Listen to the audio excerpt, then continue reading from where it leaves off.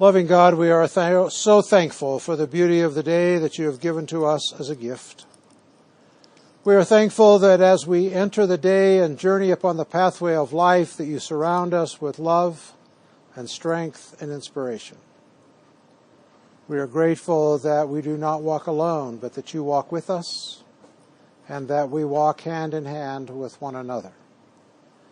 We ask that you surround us with your love, touch our minds with your wisdom, and inspire us with your word as we listen and share and talk about the Scriptures this day. We ask this in Jesus' name. Amen.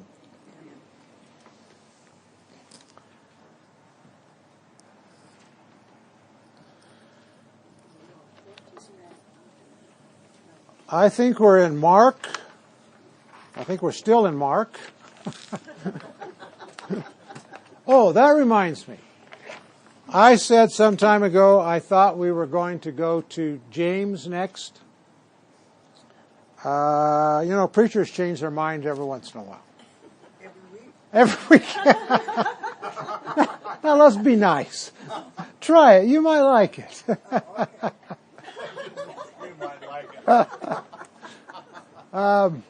I think what I'd like to do is go to Galatians. You know, it is probably the Magna Carta of the Christian faith, or of Paul's reflections. Martin Luther said that it was his Catherine von Bora, that he loved Galatians as he loved his wife.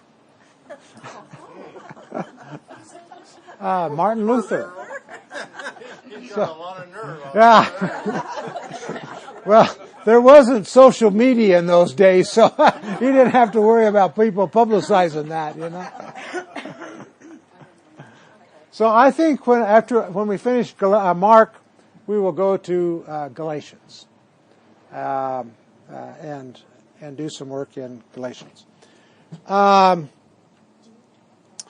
think we are at 51. Is that right? 51 of what? Chapter 14. Page 51? Page 51. Verse 51. You know, the way it goes in the Bible, we have chapters and verses. For those of us who haven't been there. Yes. Who are all these troublemakers in? I don't know. You know, well,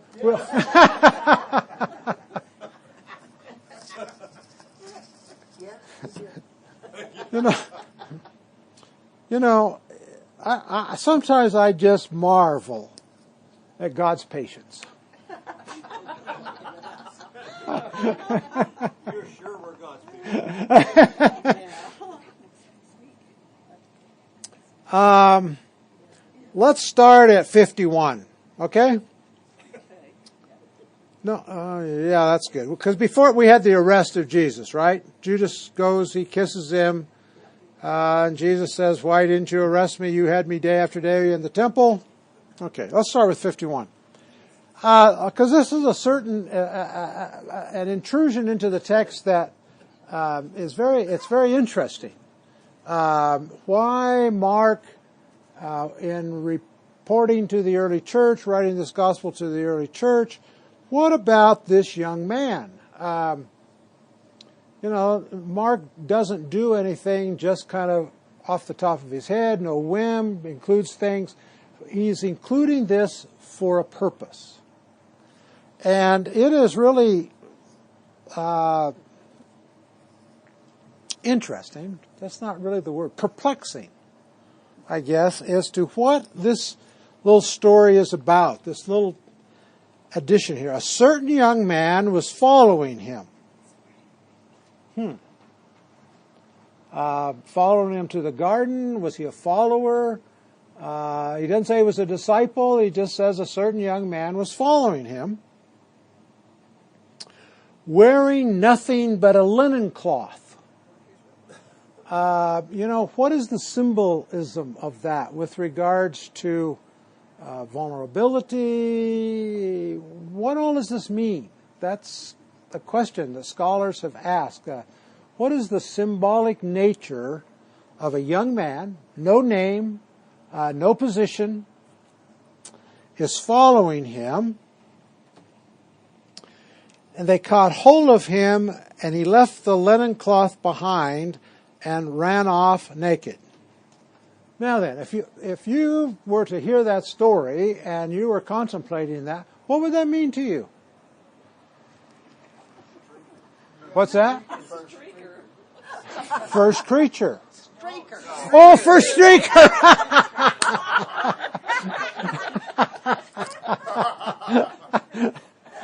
The first one. See, yeah, first streaker. Okay. You know, Really scared. where do I go from there? Okay, we have the first streaker in the text. What else comes to your mind? Was that something common to do?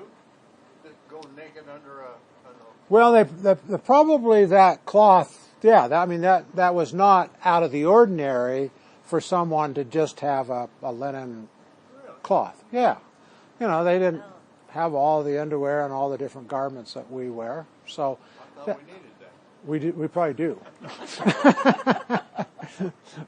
But we're not going to go there in that text, okay? What else? What would? Well, he was really frightened. All right, really frightened. Yeah. Yeah, okay. Why did they grab hold of him? I mean, they didn't take hold of any of the other disciples. They didn't seem to grab any. Why did they grab him? Well, who's they? And who's they? Probably the crowd, maybe the other disciples. I mean, who knows who this is? See, it's so fascinating. There are so many unknowns in this little verse, and yet it was important enough for Mark to have remembered it, or not Mark remembered, but for the early church to have remembered it and passed it on, and Mark to have picked it up and put it in his gospel. Would he have been doing something behavior-wise? Would it make them grab him if it wasn't uncommon to, or just, then would might Because they said it grabbed a hold of him. Yeah, not the cloth. that's right. They grabbed a hold of him, and he got away and left. The only thing about this that I can put together, where else did we hear something similar to this that has an important input? In the garden. Well, the garden. Now, way before this, in a teaching of Jesus, remember the story of the Good Samaritan. There is the person who is left by the road, stripped and half dead. So, I mean, it doesn't all fit here, but what we have here is, in that story, is that the gospel is given to the most unidentified person. He is served. He is loved. He is cared for. Now, I don't know if this connects at all, folks. I mean, I just am trying to find, because scholars don't seem to have a real connection. But it seems to me that if we're going to look at the symbolism of it, let's not just gloss over it. Let's try to find what is happening here. So we have an unidentified person. Side of the road, unidentified person. We have a person that loses any semblance of identity, because in that era, often you could tell what village a person was from by what they wore. So there could be some identity with who a person was by what they wore. So he is stripped of his identity. And therefore he becomes, in essence, every man. Well, the disciples fled, Mm-hmm. and he wasn't with them at that time. So he was following Jesus after he had been arrested when the disciples had already deserted him. And so in a way, this unidentified person was showing a greater commitment in trying to follow him Okay. Good.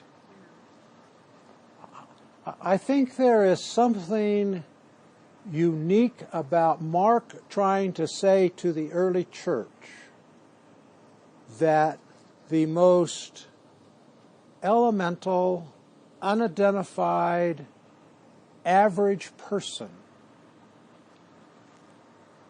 can be a strong follower of Jesus Christ. It's just, I'm just not quite there. And so if you have some insights, I'd like to hear that, because I think that's good. That's close, So I think there is something important here that Mark is trying to say to the early church about you don't have to be, like in the Gentiles, you don't have to be a Jew. You don't have to have all of the Jewish paraphernalia that has been talked about. You're just an unidentified person, and you can be a follower of Jesus Christ. Then why did they take his flock? Pardon? Why wouldn't they take his flock? Well, that even takes away more of his identity. There's absolutely nothing. He doesn't say anything, so you don't catch a dialect. He doesn't have any clothes, which often reflects what village or where you might have come from. So here we have a person that absolutely has absolutely no identity, extremely vulnerable, and follows Jesus. Why would he run away? Great question. Afraid? Frightened? I would run. Well, yeah. If you were naked, you'd run. Okay. This is all happening. Why would you run away? I'm a symbol of what you're telling me. So why would I run away? Well, I guess we all do operate out of fear sometimes, and modesty. I kind of equate him with Adam. You equate him with Adam. Okay. Well, I think if he was speaking to the early church leaders, so many of them, particularly the Jerusalem church, were set in their ways that people needed to be Jewish to be primary followers of Jesus. And Paul fought such a big fight to get the Gentiles to be accepted that maybe Mark felt that it was important to say, hey, you could be the biggest nobody in the world. No name, no speech, no clothes, no nothing. And Jesus still loves you and accepts you. Yeah. So maybe that, And I think even the fact that we run away. yeah. Jesus still loves us if we run away. But if Jesus is already arrested at this time, and the disciples have fled, then is this the church, the Hebrew church people who are grabbing him, or is it the soldiers that arrested Jesus? I think we can, Either way. it can be reflective of the later church. It's the soldiers. We don't know. It's just they. It's just that unknown they. Maybe Well- originally there was more to the story, and somehow in the early church it got lost. Mark just knew the end of the story and didn't know the rest of it. I think that's also a possibility.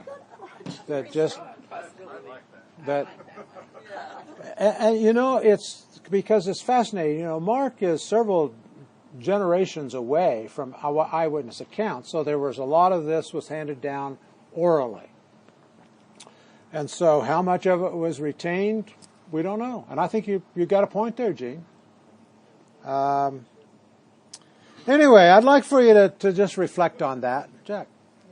That big collective they seem to be experts in all kinds of things in our world. Yes, that's right. They say. They say. They do. They. Oh, I heard behind me a good thought. They maybe wanted to make sure he was circumcised. Oh, you did,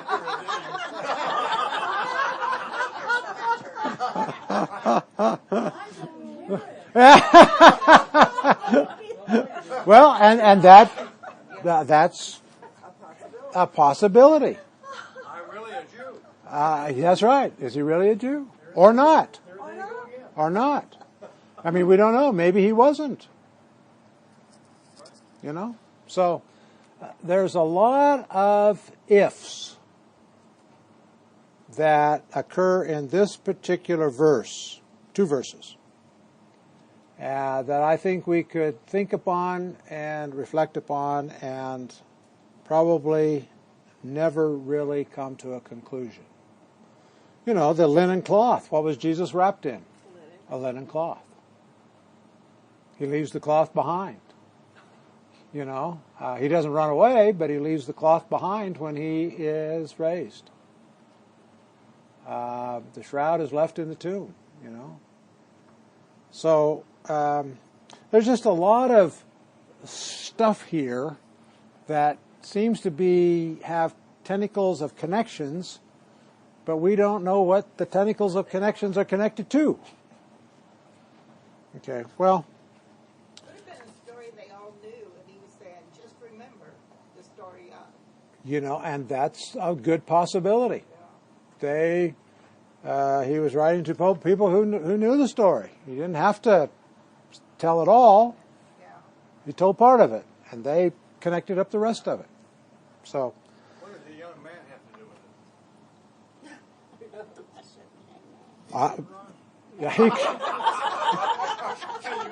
it? He could run. You know, that's a good question. Young in the faith, naive, all kinds of things symbolic by being youth and young. Well, let's move on. They took Jesus to the high priest, and all of the chief priests, the elders, and the scribes were assembled. I doubt it. This is where we kind of get a little exaggeration here. There was a gathering, no doubt about it.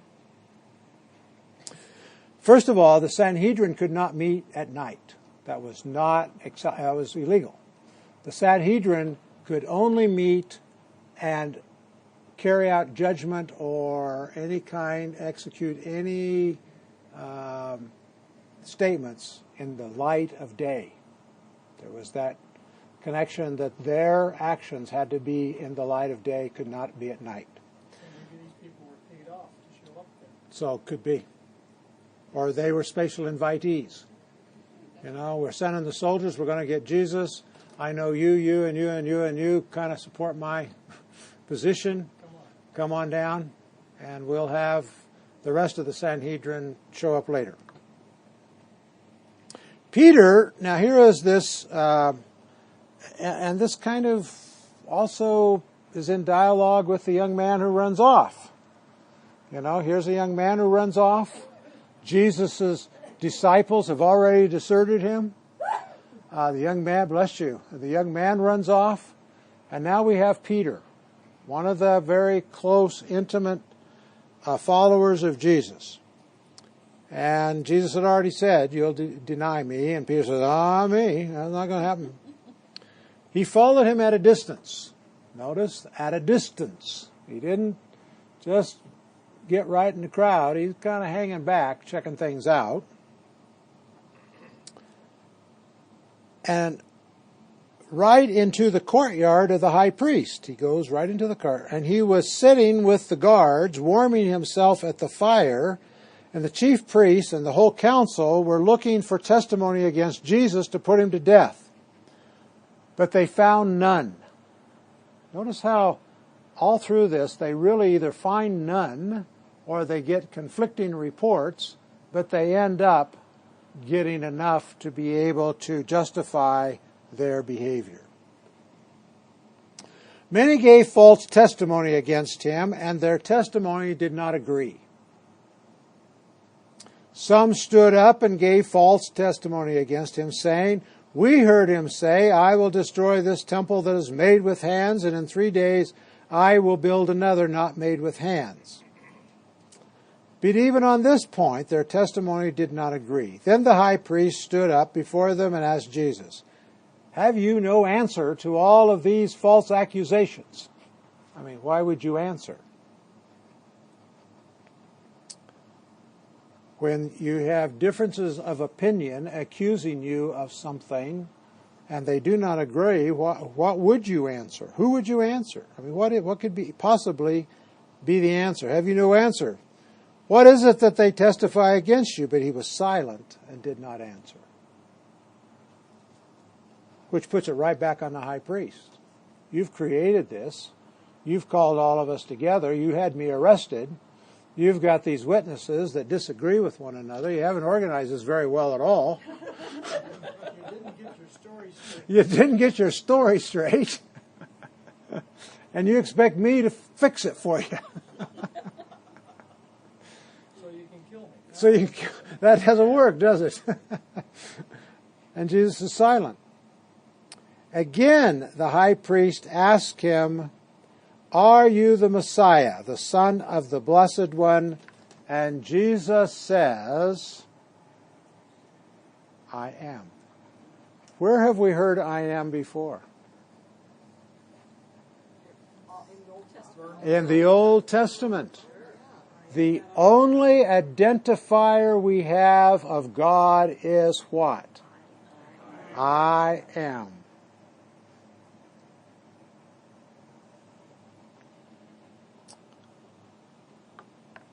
And then we have this quote that either was on the lips of Jesus or Mark adds here, "You will see the Son of Man seated at the right hand of the power and coming with the clouds of heaven."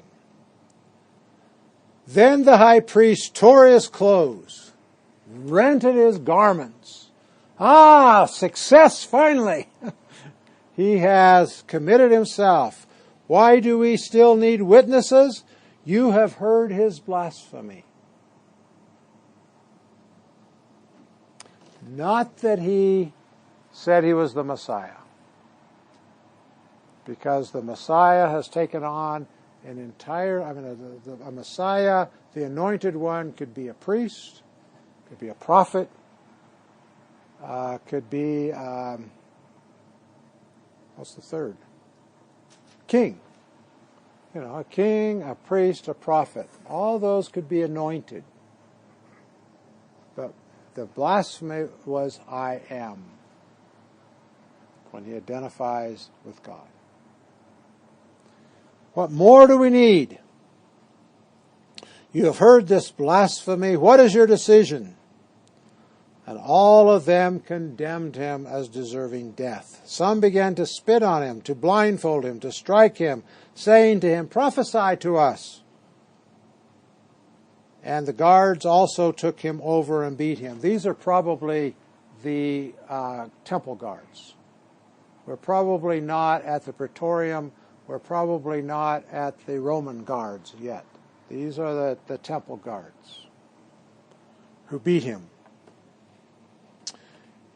While Peter was below in the courtyard, one of the servant girls of the high priest came by. Now notice Peter, a follower of Jesus, is recognized by a servant girl. Seemingly there was enough interaction of the people with the disciples of Jesus that she recognized who he was. And she says, when she saw Peter warming himself, she stared at him and said, "You also were with Jesus, the man from Nazareth." She doesn't call him a teacher. She doesn't call him a healer. She just says, "That man from Nazareth." But he denied it, saying, "I do not know or understand what you are talking about." And he went out into the forecourt. Then the cock crowed. Servant girl, on seeing him, began to say to the bystanders, "This man is one of them." But again he denied it. Then after a little while the bystanders again said to Peter, "Certainly you're one of them, for you are a Galilean." They know that by his dress and by his dialect. No doubt about it. He's a Galilean. But he began to curse, swore an oath. "I don't know this man." Again, no identity. He doesn't say, "I don't know Jesus, I don't know da-da-da-da, I don't know. I don't know this man." That is the depth of rejection. I have been with him for all of these months, and now I can say, "I don't know him."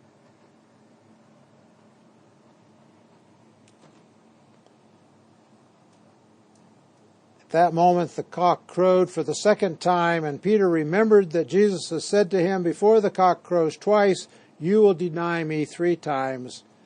And he broke down and wept. Yes, Ray. But they had beaten Jesus, probably blood all around everything, and being a mortal human being, he was probably scared to death. I suspect he was. And the frailty of human, not like Jesus, he succumbed to this scene that you can see where he was beaten. I think we can justify somewhat. We even see that struggle and the story being told by Mark to the early church, because we see that struggle in the early church. You know, we see it on different levels. When the Judaizers come to the Gentiles and begin to bring accusations, you know, they begin to acquiesce. We see that in Galatians particularly, but they begin to acquiesce about, no, do I really want to face persecution? Do I want to be beaten? Do I want to? So we see that there. We see that with regards to the Jewish followers of Jesus. You know, when the power that be out of the temple comes after them early on in the presence of Paul, they flee. They run. So, you know, this story is pretty reminiscent and speaks to the condition of all of us. And many times when it comes right down to our living our faith, we kind of find a way to justify not fully living when Jesus says to us, love your neighbor. Serve all people. Form of rationalization saying, maybe I can find a better way to do this if I run away or whatever. Yeah. I mean, I probably... I think that this is well worth our meditating upon. Yeah.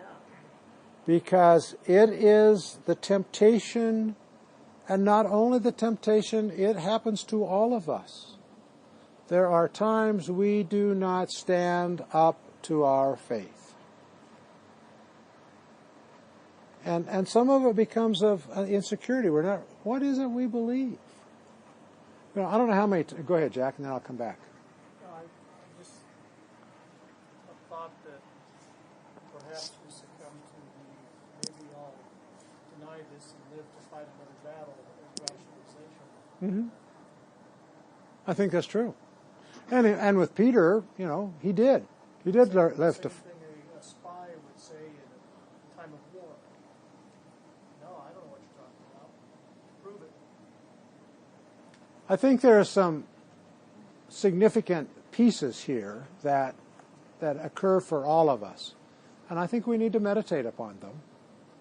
But I think it holds us in judgment and grace. Because even though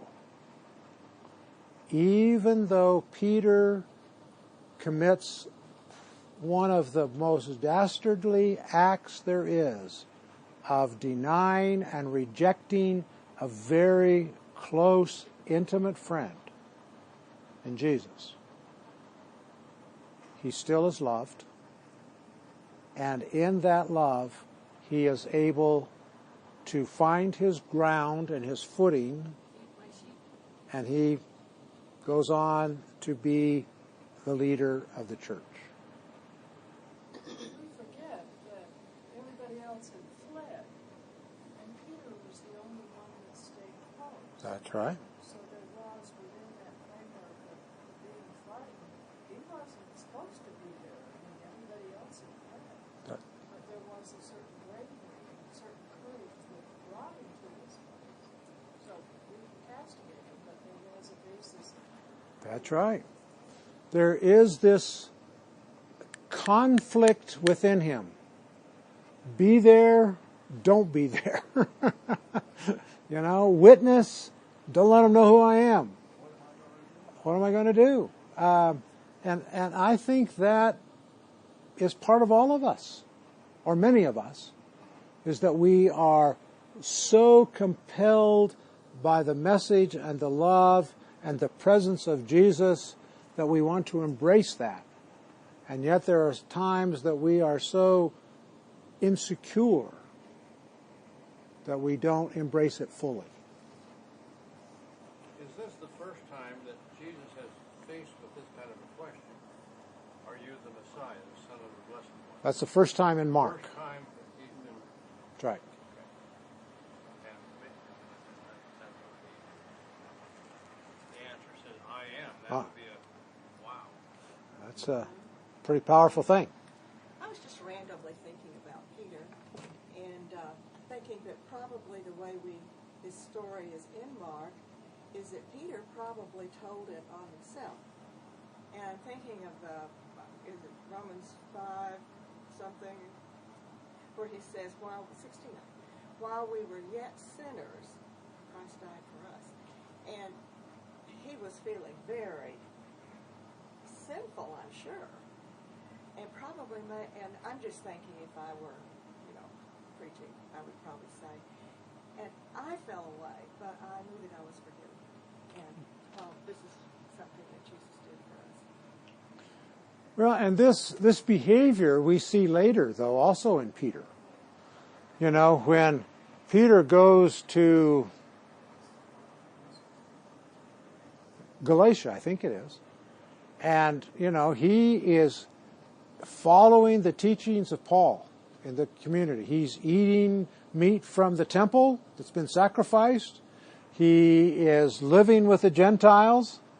And then people from James, who are probably Judaizers, evidently James kind of has this sense that you have to become Jewish first, although he did not insist on that in the interaction with Paul. But when the Judaizers come from James, then all of a sudden Peter is no longer free to eat temple meat. He refrains. He backs away. He changes himself. So Peter is, the kind of his constitution is to read the situation and try to do what best fits the situation. Pardon? A chameleon, yeah. So, I just think that it's worth us noting that. As soon as it was morning, now then the light, morning has come, now the council can meet formally. They have been conducting this inquisition with Jesus, but there is no formality about it. But soon as morning, the chief priests held a consultation with the elders and scribes and the whole council. Again, we have the whole council. Maybe. And they bound Jesus and led him away and handed him over to Pilate. And Pilate asked him, "Are you the king of the Jews?" And Jesus says, "You say so." Then the chief priests accused him of many things. And Pilate asked him again, "Have you no answer? See how many charges they bring against you." But Jesus made no further reply. And Pilate was amazed. He was amazed that they had all of these accusations. Somehow they had brought him, to Pilate. It's interesting. Dizzy Dean said one time, "The older I get, the better I was." And even by this time in the text, Pilate is really better than he was. Pilate was a ruthless, bloodthirsty ruler. I mean, everything that we read about Pilate from any of the sources outside of the biblical text, he was ruthless. Kind of had to be. To be that. A Roman in the Jewish country. Absolutely. And to be affirmed by the Roman emperor, and also to have Herod's blessing, who was ruthless. He had to be a ruthless person. But anyway, now at the festival, he used to release a prisoner for them, anyone from whom they asked. This is an interesting tradition that does not have verification anywhere in history. It's really an interesting idea and statement. Now, a man called Barabbas was in prison with the rebels who had committed murder during the insurrection. He was a zealot. He really believed that they could overthrow the Romans. And he was hearkening back to the days of Judas Maccabeus, of which when the Roman power and forces were being occupied in other parts of the realm, they staged an uprising because they knew the territory well. They were able to be successful for a period of time. But that element had never gone away. There was always those who believed that they eventually could retain the glory of the kingdom of David, or at least be able to fulfill the rebellion of Judas Maccabeus. So he had been arrested, committed murder during the insurrection, and the crowd came and began to ask Pilate to do for them according to the custom. Then he answered them, "Do you want me to release for you the king of the Jews?" For he realized that it was out of jealousy that the chief priest had handed him over. Jesus had this following. He had this reputation. He had been healing people. He had been working with the sick and with the imprisoned, and he had been working with the poor and the outcasts and the rejected, of which none of them liked or felt was pure or felt was acceptable to God. So it's a collision of ideas. They believe that they are righteous, and yet there is a big following of this person that they don't think is righteous. It's hard for them to understand. Sometimes it's hard for us to understand. And the chief priests had stirred up the crowd to give him release Barabbas for them instead. And Pilate spoke to them again. "What do you wish me to do with the man you call the King of the Jews?" And they shouted back, "Crucify him." And Pilate asked him, "Why? What evil has he done?" But we have already, as we know crowds so often do, we have gone beyond rationalization, thought. Once a crowd has tasted the power of the emotion of the time, there often is no more rational thought going on. Individuals speak against or with off of each other. That's right. And they often will do in a crowd what they would never do as individuals. You know, I am haunted time and time again by the crowds of people who had to have been church-going folk who surround the gallows trees in the South and with great glee watch the hangings take place. You know, I mean, they were good people. What happens when we lose sight of our moral roots and our thinking, and we go with some of the basic instincts of our biases and prejudices and fears? And so this crowd is no different. You know, they have been stirred up. The leaders of the temple seem to be against this guy. They give us a chance. You know, there's always, when you're a repressed people, and I'm just thinking out loud now, but when you're a repressed people, the emotions are repressed. And there has to be a lot of anger inside. And when there's an opportunity for that anger to be released, regardless of the object, it happens, sometimes unintentionally. Does that make sense?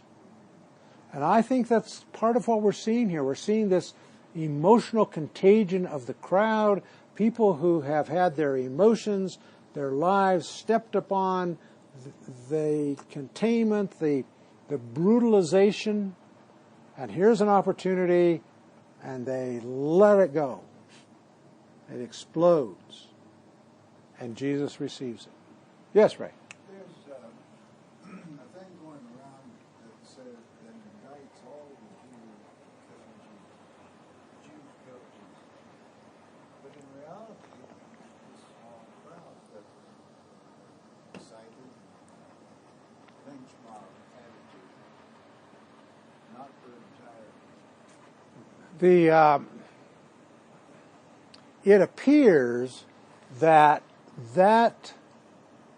myth had to be fostered by the early church to distance themselves from Judaism in the eyes of the Romans.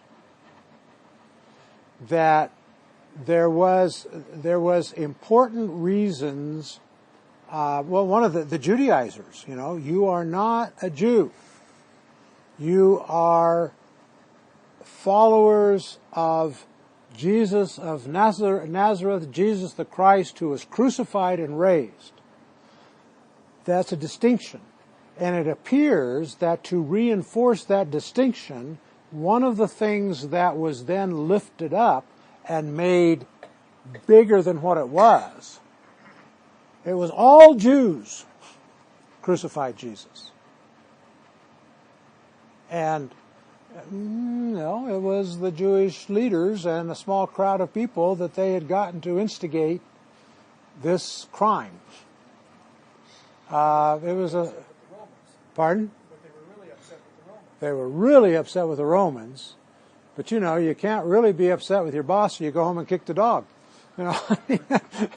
It's that kind of mentality, is that they couldn't explode.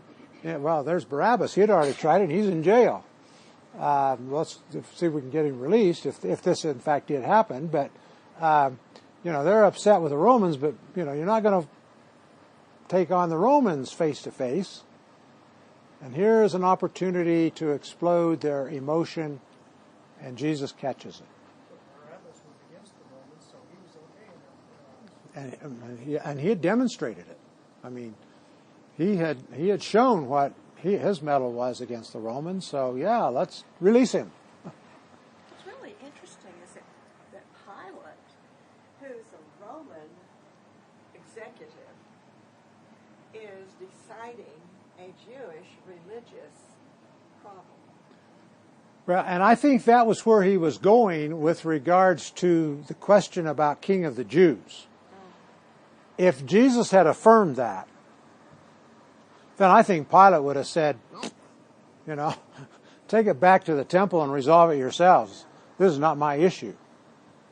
But it became his issue when there is the possibility of an uprising.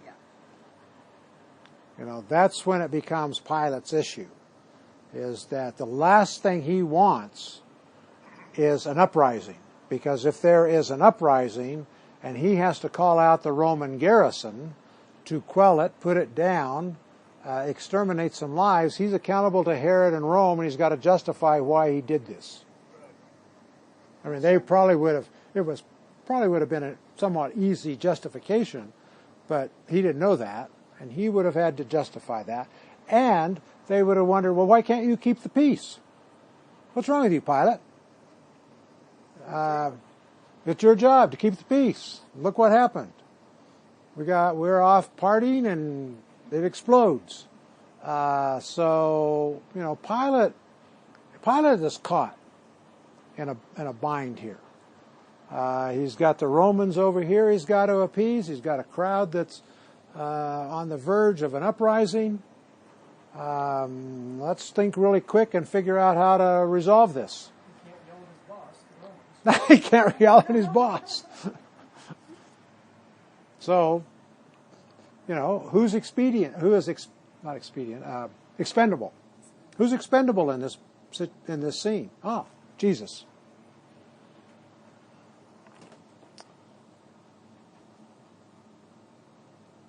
And so they began to shout, "Crucify him," all the more. Pilate asked why. "What evil has he done?" But they are not rational. They are not thinking. "Crucify him, crucify him."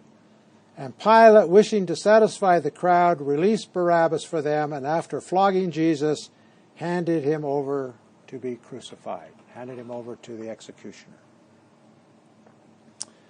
Then the soldiers led him away into the courtyard of the palace, the governor's headquarters, and they called together the whole cohort, and they clothed him in purple cloak. After twisting some thorns into a crown, they put it on him. They began saluting him, "Hail, King of the Jews!" They struck his head with a reed, spat upon him, knelt down in homage to him.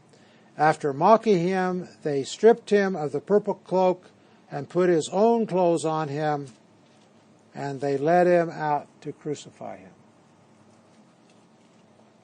Also notice that in Mark's staccato, there's no big whipping and beating here. That doesn't occur in Mark. After all this mockery, he is then led out. And they compelled a passerby who was coming in from the country to carry his cross. It was Simon of Cyrene, the father of Alexander and Rufus. They know who these people are. Then they brought Jesus to the place called Golgotha, which means the place of the skull. And they offered him wine mixed with myrrh, but he did not take it.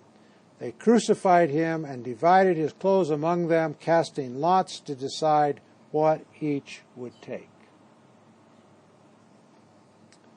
It was 9 o'clock in the morning when they crucified him. The inscription of the charge against him read, "The King of the Jews," and with him they crucified 2 bandits, one on his right and one on his left. Those who passed by derided him, shaking their heads and saying, "Aha! You who to destroy the temple and build it in 3 days, save yourself, come down from the cross." In the same way, the chief priests, along with the scribes, were also mocking him among themselves and saying, "He saved others, he cannot save himself. Let the Messiah, the Anointed One, the King of Israel, come down from the cross now, so that we may see and believe." And those who were crucified with him also taunted him. When it was noon, darkness came over the whole earth until 3 in the afternoon. At 3 o'clock, Jesus cried out with a loud voice, "Eloi, Eloi, lama sabachthani," which means, my God, why have you forsaken me?" Even Jesus is at the depth of despair in this moment of agony and pain. When some of the bystanders heard it, they said, "Listen, he is calling for Elijah." And someone ran, filled a sponge with sour wine, and put on a stick, and gave it to him to drink, saying, "Wait, let us see whether Elijah will come to take him down." And Jesus gave a loud cry and breathed his last, and the curtain of the temple was torn in two from top to bottom. And when the centurion who stood facing him saw that in this way he breathed his last, he said, "Truly this man was God's Son." Of all of the people, it's the centurion who recognizes in the dignity by which Jesus dies, he was God's Son. There were also some women looking on from a distance. Among them were Mary Magdalene and Mary, the mother of James the younger, and of Joseph and Salome. They used to follow him and provided for him when he was in Galilee, and there were many other women who had come up with him to Jerusalem. When evening had come, and since it was the day of preparation, that is, the day before the Sabbath, Joseph of Arimathea, a respected member of the council, who was also himself waiting expectantly for the kingdom of God, went boldly to Pilate. This is pretty bold stuff, even bolder than Peter. He goes to Pilate, wondering and asks for the body of Jesus. Then Pilate wondered if he were already dead, and summoning the centurion, he asked him, whether he had been dead for some time. And when he learned from the centurion that he was dead, he granted the body to Joseph. Then Joseph bought a linen cloth, taking down the body, wrapped it in the linen cloth, and laid it in a tomb that had been hewn out of the rock. He then rolled a stone against the door of the tomb, and Mary Magdalene and Mary, the mother of Joseph, saw where the body was laid.